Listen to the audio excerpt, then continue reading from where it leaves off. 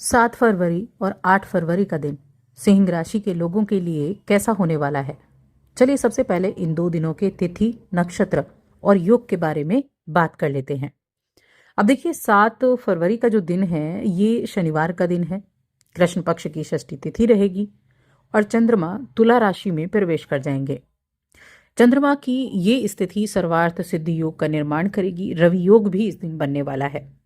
इसके अलावा जो शुक्र, राहु और बुध की युति है उसका प्रभाव भी आपको देखने को मिलेगा। यानी लक्ष्मी नारायण योग बना है शुक्र बुध की युति से और ये त्रिग्रह योग भी बना हुआ है। अब 8 फरवरी तो ये रविवार का दिन, कृष्ण पक्ष की सप्तमी तिथि और चंद्रमा तुला राशि में ही रहेंगे। इससे रवि नाम का योग बनेगा, ध्रुव नाम का योग भी बनेगा। अब ये हो गई हमारी ग्रहों की स्थिति। अब इनका जो प्रभाव है वो कैसे आपकी दिनचर्या को प्रभावित करने वाला है, चलिए विस्तार से जानते हैं। तो दोनों दिनों की हम एक साथ बात करने वाले हैं क्योंकि ये राशिफल चंद्र राशि पर आधारित है और चंद्रमा तुला राशि में रहने वाले हैं। अब चंद्रमा तुला राशि यानी कि सिंह राशि के लोगों के लिए तीसरे भाव में 12वें भाव का स्वामी रहेगा।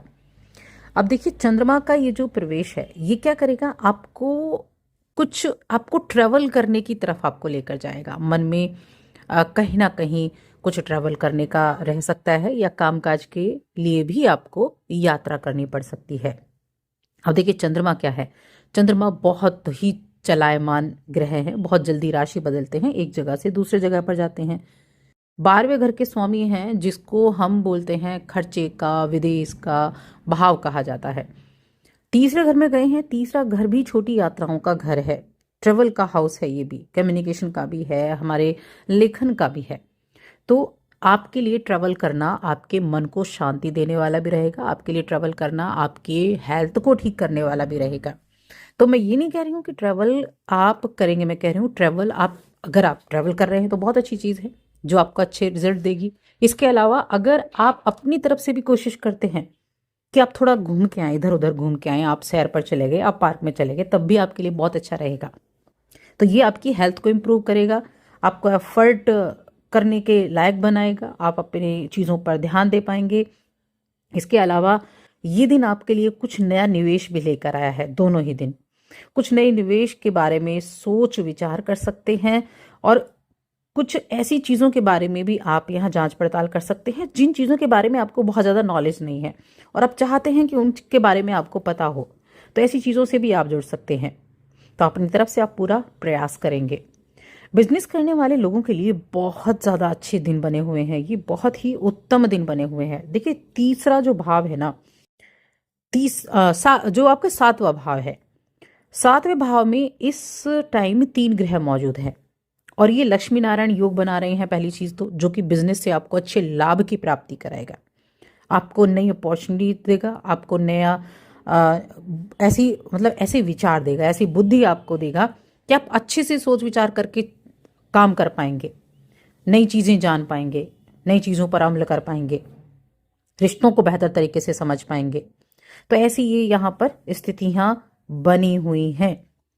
अब ये और क्या रहेगा, आप आशावादी रहेंगे और ये आशावादी जो आपका स्वरूप है ना, ये आपको आपके प्रयासों में आगे बढ़ने में आपको मदद करेगा। कुछ योजनाओं से जुड़ने का मौका मिल सकता है, कुछ अच्छे परिणाम आपके जीवन में आपको खुशी देकर जाएंगे। तो काफ़ी बेहतरीन ये समय रहने वाला है। ऑफिस का माहौल अच्छा रहेगा, ऑफिस में आप अपने दिन को बड़े अच्छे से बिताएंगे, अपने कामों पर भी ध्यान देंगे और जो भी करेंगे सोच समझ कर करेंगे। आपके पास अपने काम को सही तरीके से करने के लिए, अपने जीवन में आगे बढ़ने के लिए आपकी योग्यता काम करेगी। जो भी आप फैसला लेंगे उसके पूरे कॉन्फिडेंस से लें, अपने आत्मविश्वास को बनाए रखें। और आज खासतौर से मैं शनिवार के दिन की बात करूंगी। शनिवार के दिन शायद आपको अपने काम के जल्दी ही रिजल्ट भी मिल जाएं जिससे आपको खुशी होगी।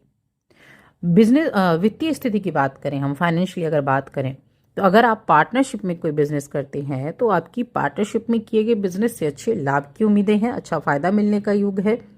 और अगर आप किसी तरह के साझेदारी के बारे में सोच रहे हैं कि आपको पार्टनरशिप में कोई काम करना चाहिए, तो उसके लिए भी बहुत अच्छे दिन हैं। आप पार्टनरशिप में काम शुरू कर सकते हैं।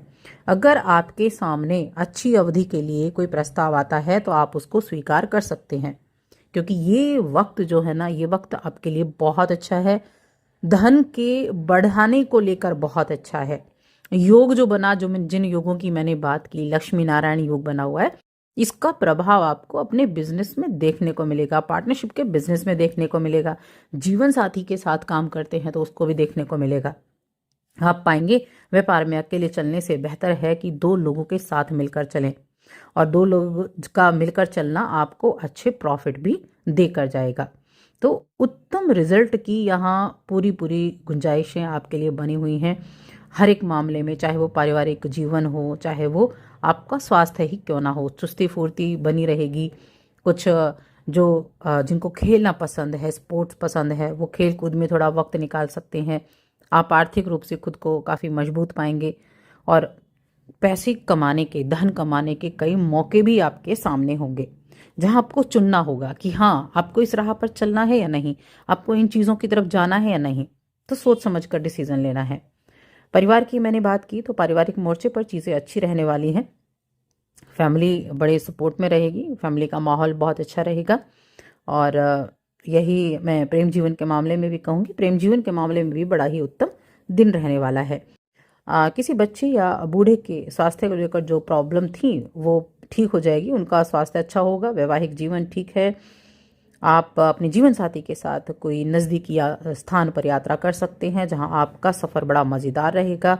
अपने प्रिय लोगों का साथ आपको मिलने वाला है।